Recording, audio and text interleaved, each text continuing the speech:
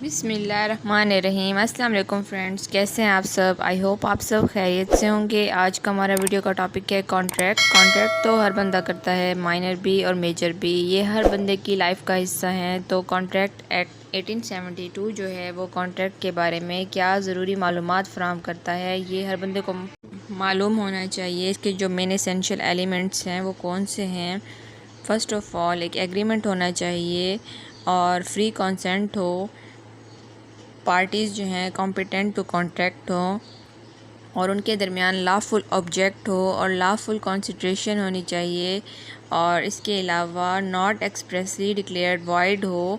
तो ये जो मेन एलिमेंट्स हैं इस सेक्शन में बयान किए गए हैं। ये जो तमाम एलिमेंट्स एक कॉन्ट्रैक्ट के लिए बहुत ज़रूरी हैं। अगर एक कॉन्ट्रैक्ट के अंदर ये एलिमेंट्स ना पाए जाएं तो वो कॉन्ट्रैक्ट जो है वॉइडेबल होगा या फिर वॉइड होगा।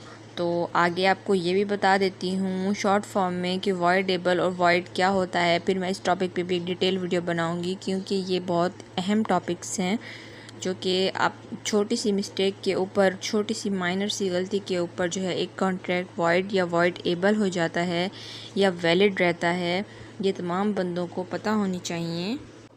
आगे जो इसका सेक्शन 11 है वो हमें बताता है कि who are competent to contract, और ये बताता है कि every person is competent to contract who is of the age of majority according to law.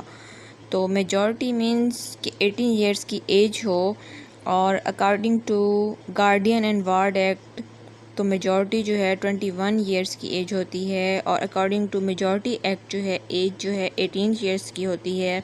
तो ये दो एक्ट्स डिफरेंट एज बताते हैं मेजॉरिटी की। तो ये थी कुछ डिटेल्स जो मैंने आप लोगों से शेयर करना ज़रूरी समझी, और इसके अलावा मैं और भी इंशाअल्लाह बहुत से टॉपिक्स पे वीडियोस बनाऊंगी ताकि आप लोगों को लीगल इन्फॉर्मेशन मिलती रहे। अपना बहुत ख्याल रखिएगा, दुआ में याद रखिएगा। टेक केयर, अल्लाह हाफिज़।